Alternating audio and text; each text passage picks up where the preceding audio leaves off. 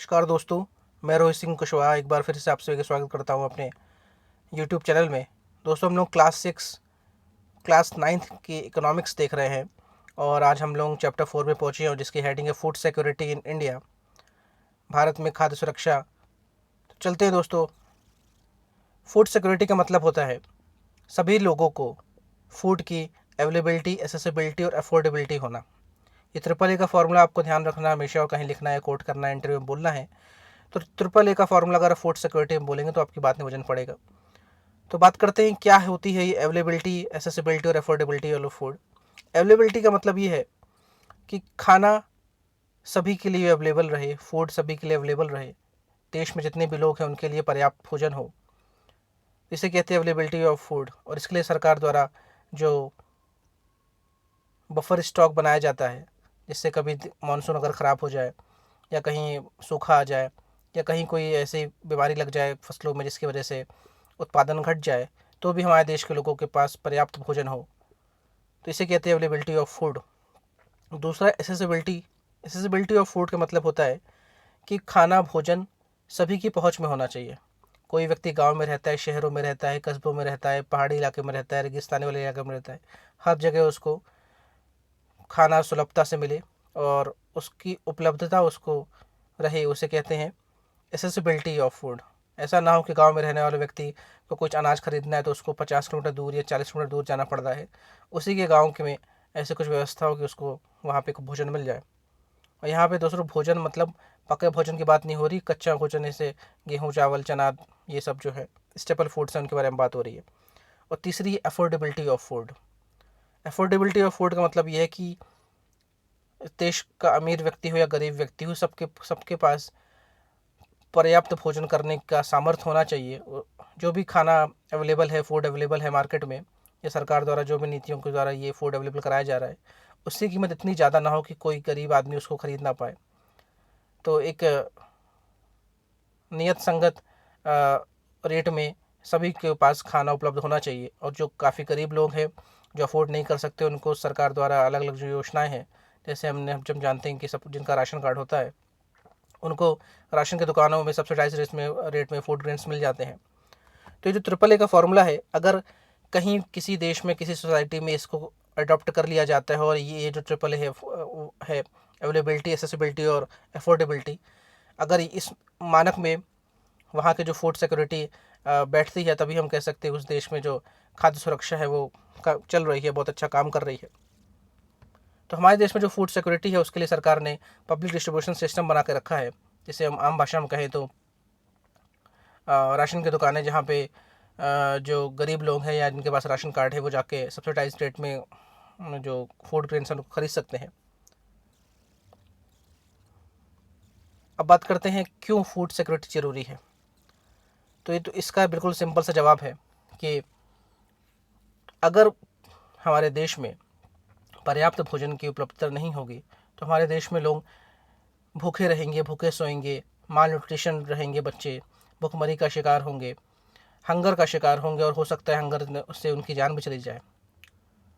और जो हमने 2015 में यूनाइटेड नेशंस ने सस्टेनेबल डेवलपमेंट गोल्स बनाए थे, जिनमें 17 गोल्स हैं और 169 टारगेट्स है, उसमें जो पहला नंबर वाला गोल है वो है नो पॉवर्टी, मतलब हमें दुनिया से गरीबी को हटाना है। दूसरा नंबर वाला जो गोल है SDG सेकेंड, उसका है ज़ीरो हंगर, मतलब इस दुनिया से भुखमरी या भूख को हटाना है। तो इसलिए भी हमें ज़रूरी है कि भारत जो है एक सिग्नेटरी है SDG का, और भारत को चाहिए कि उसके देश में कोई भी व्यक्ति भूखा ना सोए। अब बात करते हैं 1970 में फूड सिक्योरिटी का मतलब ये समझा जाता था कि पर्याप्त मात्रा में अगर फूड अवेलेबल है किसी सोसाइटी के पास या देश के पास, तो हम मान सकते थे कि उस देश में फूड सिक्योरिटी है। लेकिन बाद में इसकी जो डेफिनेशन है उसमें बहुत सारे चेंजेस हुए, क्योंकि ये आप सभी समझते हैं कि अगर देश में तो बहुत सारा अनाज है, जैसे मंडियों में अनाज तो है, लेकिन अगर वो अनाज पास की दुकानों तक नहीं पहुंच पाए और आप उसको नहीं खरीद पाए तो किस काम का वो अनाज। हम सुनते हैं कि बारिश में कई टन गेहूँ भीग जाता है, उसके बाद सड़े आता है, ये सब सुनते रहते खबर। तो अवेलेबिलिटी तो है, लेकिन अगर सही समय पे सही व्यक्ति के पास सही कीमत पे ये अनाज नहीं पहुंचेगा तो फिर फूड सिक्योरिटी का कोई मतलब नहीं है। तो 1975 में अमर्त्य सेन, जिनको भारत के प्रसिद्ध अर्थशास्त्री हैं और उनको नोबेल पुरस्कार मिला है इकोनॉमिक्स में। इन्होंने एक न्यू डायमेंशन जोड़ा था फूड सिक्योरिटी में, और अभी तक जो अवेलेबिलिटी की बात हो रही थी इसमें एसेसिबिलिटी को भी जोड़ा था अमर्त्य सेन ने। अब बात करें जो फूड अवेलेबल भी है तो उसकी न्यूट्रिशन वैल्यू कितनी है, वो कितना सफिशिएंट है लोगों के लिए है कि नहीं, सेफ़ है कि नहीं, और उसकी न्यूट्रिशन वैल्यू कैसी है, इस पर भी डिपेंड होता है कि किसी भी देश की फूड सिक्योरिटी का जो स्टैंडर्ड वो कैसा है। हमारा देश बात करता है कि पॉवर्टी को हमें दूर करना है और एसडीजी का जो गोल नंबर 1 है वो भी नो पॉवर्टी की बात करता है। तो अगर किसी देश में किसी व्यक्ति को गरीबी से ऊपर उठाना है तो आपको कोशिश करनी चाहिए कि उसके पास जो फूड की एसेसिबिलिटी है वो इम्प्रूव हो और उसके पास सुलभता से खाना पहुँचे। अगर वो 2 टाइम खाना खाएगा तो उसका शरीर भी स्वस्थ रहेगा, वो काम करने के उसका मन भी लगेगा, काम करेगा और अल्टीमेटली फिर वो उसकी जो गरीबी है वो दूर हो जाएगी।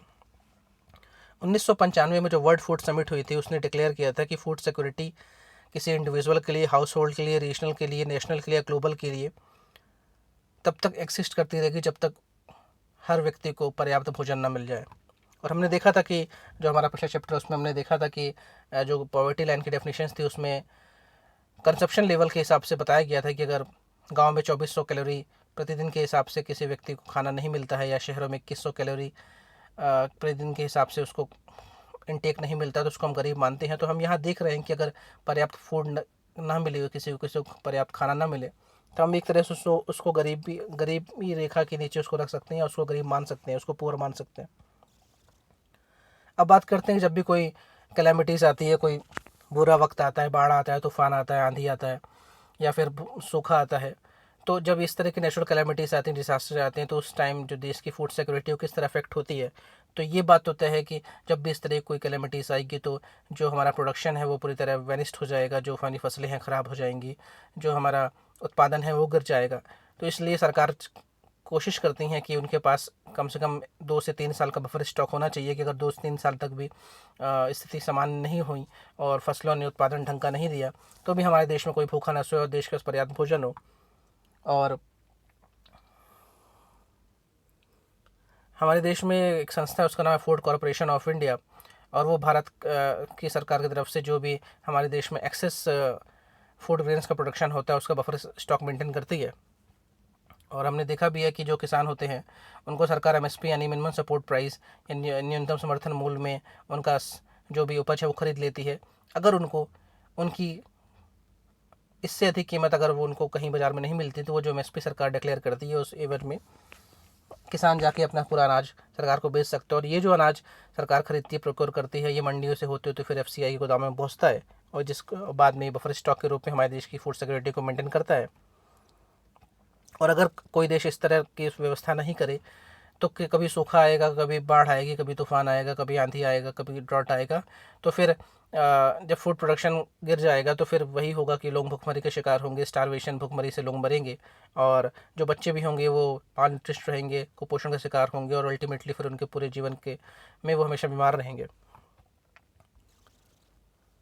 क्योंकि ऐसा देखा गया है कि भारत में समय समय पे जो फेमाइन आते रहे और सबसे जो बेकार फेमाइन है, एक कहने को तो ये मैन मेड फेमाइन था। उस टाइम का जो ब्रिटेन का प्राइम मिनिस्टर था चर्चिल, उसने ये फेमाइन एक तरह से तैयार किया था। ये बंगाल फेमाइन है 1943 का, और इस फेमाइन में लगभग माना जाता है कि 30 लाख जो लोग हैं उन्होंने अपनी जान गंवाई थी, भूख से मर गए थे। अब बात करते हैं ये production of rice in province of Bengal. Bengal में जो राइस का प्रोडक्शन है उसका एक आंकड़ा दिया है और यहाँ पे देखिए कि समय के साथ ये जो आंकड़ा है ये बढ़ रहा था, लेकिन 1943 में ये जो आंकड़ा है कम हो गया था और इसी के बाद और जो भी राइस हुआ भी उसको उस टाइम सेकेंड वर्ल्ड वॉर चल रहा था तो चर्चिल ने सारा जो चावल था उसको उसकी सैनिकों की ओर डाइवर्ट कर दिया और बंगाल में एक तरह से मैन मेड फेमाइन हो गया और लोगों के पास खाने को चावल नहीं बचा। क्योंकि बंगाल जो है वो कोस्टल एरिया है और वहाँ पे उनका जो स्टेपल डाइट है वो राइस ही है, वहाँ पे वो मछली उनको मिल जाती है, मछली चावल से उनका स्टेपल डाइट चलता है और राइस यहाँ पे अवेलेबल नहीं हुआ तो लगभग 30 लाख लोगों को अपनी जान गंवानी पड़ी भूख से। ये तस्वीर है कि बंगाल फेमाइन में कोई फैमिली बंगाल को छोड़ के जा रही है। 1945 में जो स्टारवेशन मतलब भूखमरी से लोग शिकार हुए, उनका शरीर जो होता है कृशकाय हो जाता है, मतलब एक तरह से कहते हैं उनका पेट और पीठ एक हो जाते हैं, इतने कमज़ोर हो जाते हैं और ये एक तस्वीर दिखा रही है कि 1945 में ये लोग जो रिलीफ सेंटर पहुंचे, इनकी आप देखिए दशा, देखिए इनकी हड्डी, शरीर से हड्डी झाँक रही है बाहर छाती से। अब बात करते हैं कि बंगाल फेमाइन के बाद क्या ऐसा कभी कोई फेमाइन भारत में आया? नहीं, ऐसा कोई इतना बड़ा फेमाइन नहीं आया, और जो भी थोड़े बहुत आए उसके लिए भारत सरकार पहले से ही प्रतिबद्ध थी, क्योंकि हम जब आज़ाद हुए तो सबसे पहले हमने ये तय किया था कि हम हमारी जो फूड सिक्योरिटी उस पर ध्यान देंगे, और हमारे देश में कम से कम इतना उत्पादन हो जाए कि हमारे देश के सभी लोगों को पर्याप्त भोजन मिले। और इसके लिए सरकार ने बहुत तेज़ी से काम भी किया, और आज हम गर्व से कह सकते हैं कि हमारे देश में 5 साल का बफर स्टॉक है एफसीआई के पास, और किसी भी तरह की नेचुरल कैलामिटीज़ या किसी भी तरह के डिसास्टर में हमारे देश में कोई भी व्यक्ति भूखा नहीं सोएगा। तो समय समय पर कुछ आते रहे फेमाइन, इसकी आप लिस्ट यहाँ पे देख सकते हैं। अब कहा गया कि हु आर फूड इनसिक्योर, ऐसे कौन से व्यक्ति जिनको खाने मिलने में तकलीफ है, या उनको खाना मिले या नहीं मिले उसमें ये शंका है। तो ऐसे ही वो लोग होते हैं जो कि लैंडलेस पीपल होते हैं, इनके पास कोई ज़मीन नहीं होती, रहने का ठिकाना नहीं होता। आपने देखा होगा शहरों में जो रोड के किनारे लोग रहते हैं झुग्गियों में, इन लोगों को इनका तय नहीं होता कि यार इनको खाना मिलेगा कि नहीं मिलेगा। काम करते हैं लेकिन परिवार बड़ा रहता है। हमने कई सारी इसमें कहानी देखी है अभी तक इस चैप्टर में कि उनकी कमाई कम है, 6 लोग या 8 लोगों को परिवार को फीड करना है उनको, और इस एवज में ये भी तय नहीं हो पाता कि जो उन लोग आज खाना खा रहे हो कितना न्यूट्रिशनल है। ऐसा नहीं, पेट भरना सिर्फ खाना खाना नहीं होता, कि ऐसा नहीं कि आपके पास 8 रोटी, आपने 8 रोटी खा ली सूखी। मेन होता है कि जो बैलेंस डाइट होती है उससे आपका शरीर को पूरा इंटेक मिलता है, और आपके शरीर में जो भी एसेंशियल न्यूट्रिएंट्स है वो उसको मिलते हैं। तो सिर्फ पेट भरना ही खाना नहीं होता, न्यूट्रिशियस डाइट जो होती है उसको हम एक कहते हैं कि एक इस व्यक्ति ने एक पर अच्छा भोजन लिया है। तो जो ट्रेडिशनल आर्टिसंस हैं और जो कि ऐसे छोटे मोटे काम करने वाले लोग हैं, ये लोग सबसे ज़्यादा फूड इनसिक्योर है, और सरकार द्वारा ये लोग एक तरह से वल्नरेबल कैटेगरी में आते हैं। और इन सरकार कोशिश भी करती है अलग अलग जो स्कीम्स ला के कि इन लोगों को कम से कम फूड सिक्योरिटी प्रोवाइड की जाए।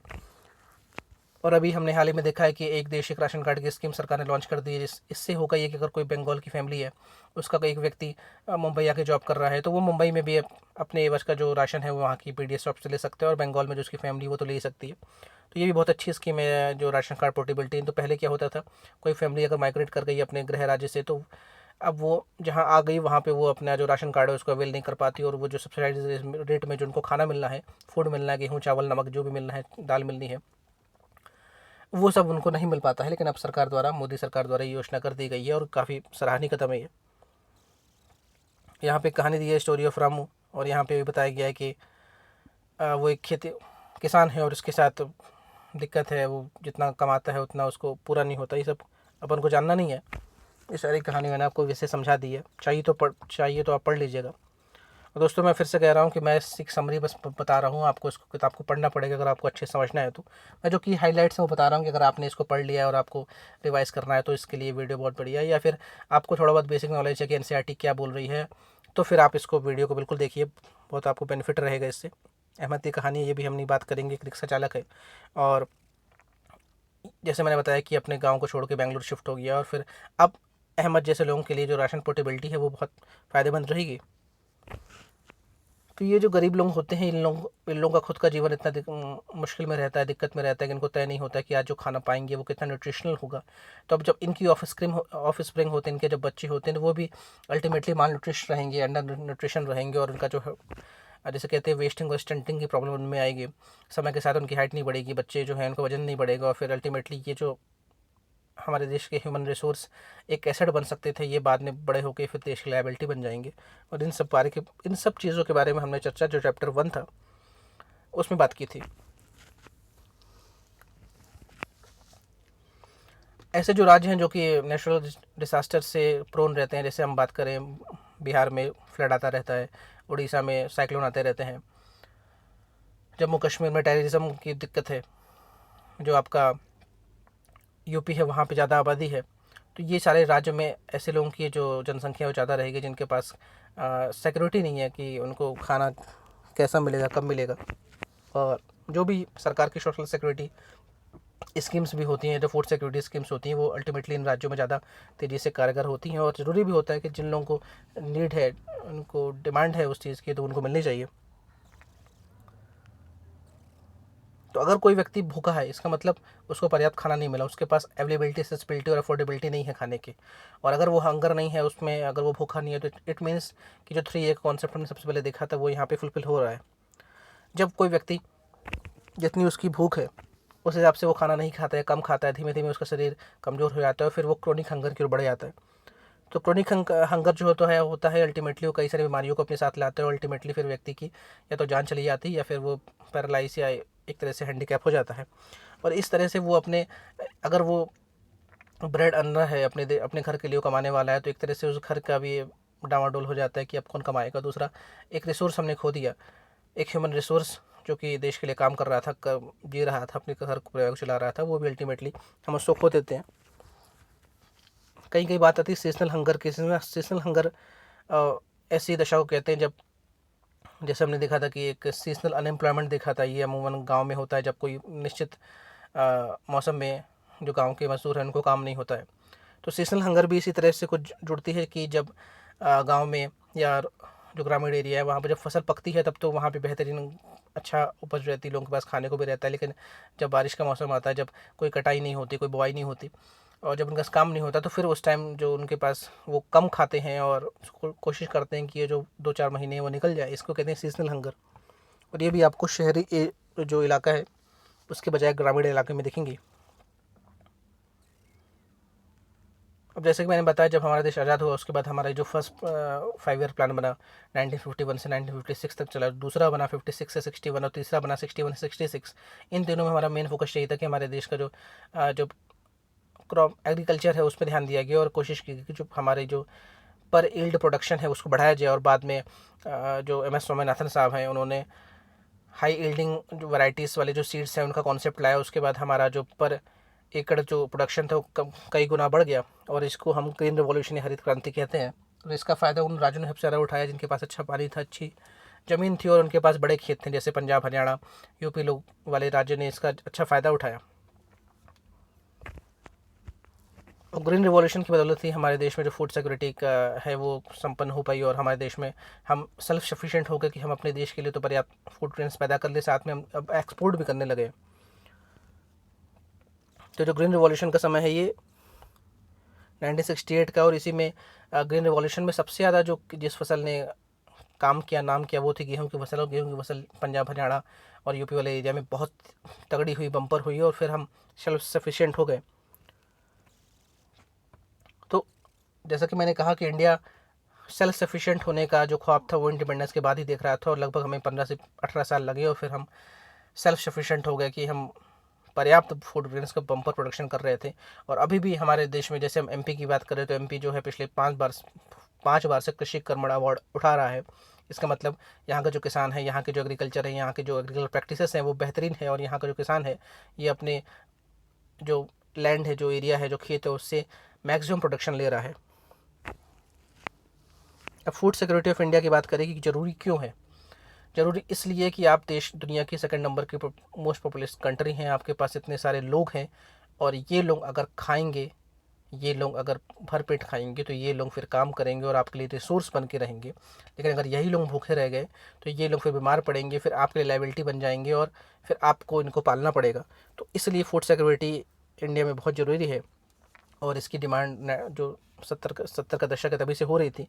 और जो ग्रीन रिवॉल्यूशन आया उसके बाद तो फिर हमने झंडे ही गाड़ दिए और आज भी हम बेहतरीन कर रहे हैं अपने जो एग्रीकल्चर प्रैक्टिसेस है। बस ये हो गया ग्रीन रिवॉल्यूशन के बाद हमने जो पेस्टिसाइड्स हैं, हर्बिसाइड्स हैं, जो जिसे हम कहते हैं खाद का प्रयोग बहुत बढ़ा दिया, जिसकी वजह से जो अल्टीमेटली जो हमारा सॉइल है वो थोड़ा पॉल्यूट हो गया है और फिर ये जो खाद है, पेस्टिसाइड, हर्बिसाइड्स है, ये ड्रेन होके फिर हमारा जो ग्राउंड वाटर है उसको स्पॉइल कर रहा है। लेकिन फिर भी जो हमारा अल्टीमेटली एम था सेल्फ सफिशिएंट होने का, उसके लिए तो हमने बहुत अच्छा काम किया। और यह ग्राफ आपको बता ही रहा है कि 1960 से देखिए आप 2003-4 में आप ग्राफ कितनी ऊपर निकल गया, ये बता रहे हैं कि हमने इतने मिलियन टन का उत्पादन किया हर साल। और ये ग्राफ ही आपको शो कर रहा है कि हाँ थोड़ा 2002-3 में डिप आया था, लेकिन अल्टीमेटली हम 1960 से उम्मीद करें तो हम 2.5 गुना ज़्यादा प्रोडक्शन कर रहे हैं उसी ज़मीन में, क्योंकि भारत के पास 2.4% है दुनिया का पूरा लैंड और उस छोटे से ज़मीन में भी हम इतनी बड़ी आबादी को पाल रहे हैं, अच्छे से पाल रहे हैं। ये हमारे लिए गर्व की बात है। बफर स्टॉक क्या होता है? बफर स्टॉक मतलब एक्स्ट्रा खाना, एक्स्ट्रा फूड जो कि हम बचा के रखते हैं कि अगले साल या उसके अगले साल कोई दिक्कत हो जाए तो हमारे देश में फूड सिक्योरिटी का जो हमने कॉन्सेप्ट रखा है उसमें कोई दिक्कत नहीं आए। और इसके लिए मैंने बताया था फूड्स कॉरपोरेशन ऑफ इंडिया जो है वो नोडल एजेंसी है, और उसके गोदाम में देश का बफर स्टॉक रखा जाता है। और ये बफर स्टॉक हम किसानों से खरीदते हैं मिनिमम सपोर्ट प्राइस से। सरकार बोलती है भैया आपने गेहूँ उगाया, चावल उगाया है, आपने अरहर उगाई है, हम प्रति टन का इतना रुपये बता दे रहे हैं आपको, अगर इससे ज़्यादा में आप बेच सके तो बढ़िया है, अगर नहीं बेच पाएँ तो आप आइए हमारी मंडियों में आइए, और जो एमएसपी है न्यूनतम समर्थन मूल्य मिनिमम सपोर्ट प्राइस उतना रुपये तो हम आपको देंगे। और इसमें कोई लिमिट नहीं होती कि आप 10 ट्रॉली सामान लेके आए, 1000 ट्रॉली सामान लेके, कोई लिमिट नहीं, आप लाइए सरकार लेगी। सरकार का भी कैप नहीं लगाते कि नहीं अब इस साल के लिए हो गया, क्योंकि हम बफर स्टॉक बना के रखते हैं, क्योंकि 2-5 साल के लिए अगर कोई दिक्कत हो जाए तो हमारे साथ कोई अनहोनी ना हो और देश में फूड सिक्योरिटी का कोई झंझट नहीं हो। ऐसा नहीं हो कि एक साल सूखा पड़ गया तो जो दाल के भाव है वो आसमान छू रहे हैं या चावल के भाव आसमान छू रहे हैं। सरकार को ये भी चाहिए कि जो अफोर्डेबिलिटी वाला हमने कॉन्सेप्ट दिखाया था कि इतना महंगा भी कोई चीज़ ना हो पाए, कोई हर एक व्यक्ति खरीद ना पाए, तो उसको भी सरकार को मेंटेन करके रखना पड़ता है।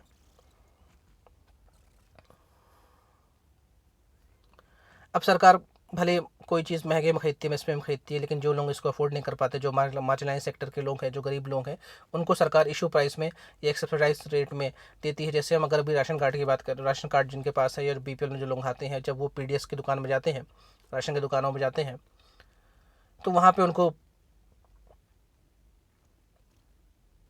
2 रुपये किलो गेहूँ मिलता है, 3 रुपये किलो उनको चावल मिलता है, 1 रुपये किलो उनको नमक मिलता है। लेकिन आप खुद सोचिए, क्या सरकार 3 रुपये किलो में गेहूँ खरीदी हो कि नहीं? उसने गेहूँ खरीदा होगा 15-20 रुपये किलो में न्यूनतम समर्थन मूल्य में, लेकिन उसने इशू प्राइस क्या निकाला? 3 रुपये चावल का निकाला, 2 रुपये गेहूँ का निकाला, 1 रुपये किलो नमक दे रहा है। क्यों? क्योंकि जो लोग अफोर्ड नहीं कर सकते वो ऐसा नहीं कि भूखे पेट सोए, और ऐसा भी नहीं हो कि उनकी थाली में जो खाना है वो न्यूट्रिशनल ना हो। तो ये सारी बातों को तय करके सरकार एक तरह की अपने देश की फूड सिक्योरिटी को मेंटेन करती है। अब क्या है पब्लिक डिस्ट्रीब्यूशन सिस्टम? नाम ही बता रहे हैं पब्लिक डिस्ट्रीब्यूशन सिस्टम, जनता को वितरण करने वाला सिस्टम। क्या वितरण करना है यहाँ पे? Food grains. अब इसके लिए सरकार जो है ये फेयर प्राइस शॉप निकालती है। फेयर प्राइस शॉप मतलब यहाँ का जो प्राइस है वो फिक्स है, फेयर है। और जैसे मैंने बताया कि 3 रुपये किलो आपको चावल मिल रहा है, 5 रुपये 2 रुपये किलो आपको गेहूँ मिल रहा है, 1 रुपये किलो नमक मिल रहा है। ऐसा भी नहीं कि आपने इसमें बहुत सारा खरीद लिया। सरकार भी तय करती है कि भाई प्रति फैमिली हर महीना 30 किलो अनाज मिलेगा, या प्रति व्यक्ति हर महीना 5 किलो अनाज मिलेगा, जो सरकार तय करेगी। इस पीडीएस में आप फेयर प्राइस शॉप में जाके आप इसको अवेल कर सकते हैं। और साथ में पकाने के लिए केरोसिन ऑयल भी मिलता है। लेकिन अब केरोसिन ऑयल का कॉन्सेप्ट चला गया, क्योंकि सरकार ने जो पीएम उजाला स्कीम लाई उसके तहत जो बीपीएल फैमिलीज है उनके घर में निःशुल्क गैस कनेक्शन प्रोवाइड कराया है, और उसके लिए जो सिलेंडर भी है उसको भी सब्सिडी में उनको दिया जा रहा है। तो ये जो सारा कॉन्सेप्ट देखा हमने कि राशन कार्ड वाला है, पीडीएस सिस्टम वाला है, इसकी शुरुआत इसे रेशनिंग कहते हैं, राशनिंग की शुरुआत। और 1940 में जब बंगाल फेमाइन आया था उसके बाद सरकार जागी कि इस तरह तो भाई दुनिया देश में लोग मरेंगे भूख से, इसलिए राशनिंग की सुविधा की गई। और उसके लिए जब ग्रीन रिवॉल्यूशन हुआ तो फिर जब हम सेल्फ सफिशिएंट हो गए अपने फूड प्रोडक्शन में, उसके बाद एनएसएसओ ने सर्वे किया, नेशनल सैंपल सर्वे ऑर्गेनाइजेशन। ये एक सेंट्रल स्टैटिस्टिकल ऑर्गेनाइजेशन के अधीन काम करता है, और इसने सर्वे किया और ये तय किया, ये जाना कि देश में कितने लोग ऐसे हैं जो कि गरीब हैं और पुअर सेक्शन से आते हैं, जो लोग अफोर्ड नहीं कर सकते। फिर इनकी एक लिस्ट बनाई गई और उस हिसाब से उनको राशन कार्ड अवेल किए गए। तो जो लोग बीपीएल कैटेगरी में आते हैं उनके लिए कुछ छूट है, जो एपीएल में आते हैं उनके लिए कुछ छूट है, और ये सब लोग फेयर प्राइस शॉप जो है वहाँ जाके फूड ग्रेन्स को अवेल कर सकते हैं। अब national food for work programme, ये एक सरकार ने योजना चलाई थी कि आप काम करिए और इसके बाद में आपको अनाज मिलेगा। ये 2004 में चालू की गई थी, और देश में जो 150 उस टाइम के बैकवर्ड जिले थे, 2006 में बैकवर्ड जिलों की जो संख्या है ये 250 हो गई थी 640 जिले में। तो उस टाइम 2004 में 150 मोस्ट बैकवर्ड डिस्ट्रिक्ट थे, वहाँ योजना चालू की गई थी, और कोशिश की गई थी कि आप काम करिए, आपको काम के बदले अनाज मिलेगा। उसके बाद जो अभी सिचुएशन है पब्लिक डिस्ट्रीब्यूशन सिस्टम का वो ये है कि जो हमारी गवर्नमेंट ऑफ इंडिया है इसने 1992 में एक योजना निकाली थी, उसका नाम था रिवैम्प्ड पब्लिक डिस्ट्रीब्यूशन सिस्टम। और इसके तहत जो पब्लिक डिस्ट्रीब्यूशन सिस्टम की प्रणाली है उसको थोड़ा सुधारा गया, और कोशिश की गई कि हर गली मतलब एक निश्चित आबादी के बीच में एक पीडीएस शॉप होनी चाहिए, फेयर प्राइस शॉप होनी चाहिए। और बैकवर्ड एरियाज में इनका जो संख्या है उसको ज़्यादा बढ़ किया गया। और फिर उसके बाद रिवैम्प्ड के बाद एक और योजना निकाली 1997 में, इसका नाम था टारगेटेड पब्लिक डिस्ट्रीब्यूशन सिस्टम। मतलब जो लोग ज़रूरत है उनको ही दिया जाए, टारगेट किया गया कि लोगों को राशन कार्ड दिया जाए, और जो फेक राशन कार्ड है उनको हटाया गया। और फिर ये तय किया गया कि इन लोगों को हर महीने एक निश्चित क्वांटिटी का और एक सब्सिडाइज रेट में इशू प्राइस में इनको खाना या फूड ग्रेन्स मिलना चाहिए। बाद में 2000 में सरकार ने 2 स्कीम लॉन्च की। एक का नाम था अंत्योदय अन्न योजना और दूसरे का नाम था अन्नपूर्णा स्कीम। ये सारी स्कीम जो मैं बात कर रहा हूँ ये आपकी फूड ग्रेन सिक्योरिटी से जुड़ी हुई है। और कोशिश ये की कि ये जो आपके फेयर प्राइस शॉप है इसमें जो पुअरेस्ट ऑफ द पुअर लोग हैं या जो इंडिजेंट सेक्टर सीनियर सिटीजन्स हैं उनको ये सुविधा दी जाए, जिससे कि वो एक सम्मानपूर्वक जीवन जिए इस देश में और बढ़िया खाएं, बढ़िया रहें, बढ़िया अच्छे से रहें। क्योंकि आर्टिकल 21 भी हमको राइट टू लाइफ का हमें अधिकार देता है, इसकी जीवन जीने का अधिकार, वो भी गरिमामय जीवन जीने का अधिकार देता है आर्टिकल 21। अब अंत्योदय अन्न योजना के बारे में बात कर ले। ये जो योजना थी ये जो बीपीएल फैमिलीज थे उनके लिए थी और इसमें सरकार ने किया था कि 2 रुपये किलो आपको गेहूँ मिलेगा, 3 रुपये किलो आपको चावल मिलेगा, जो मैंने सारी आपको बात बताई।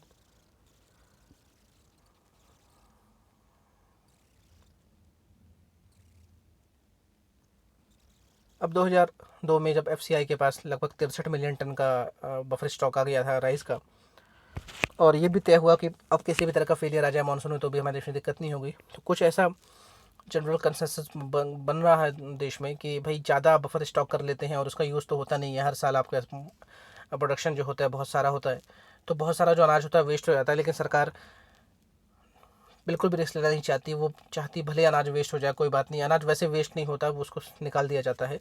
लेकिन सरकार ये नहीं करेगी कि उसने अपना अपना बफर स्टॉक जो है उसकी जो कैपेसिटी उसको कम कर दिया, बफर स्टॉक रखना बंद कर दे। क्योंकि अल्टीमेटली हमारे देश में हम चाहते हैं कोई भी व्यक्ति भूखा ना सोए। और राइट टू फूड जो है जो 2013 में सरकार ने लाया था, राइट टू फूड, सबको खाने का अधिकार या भोजन का अधिकार, उसके लिए भी सरकार प्रतिबद्ध है।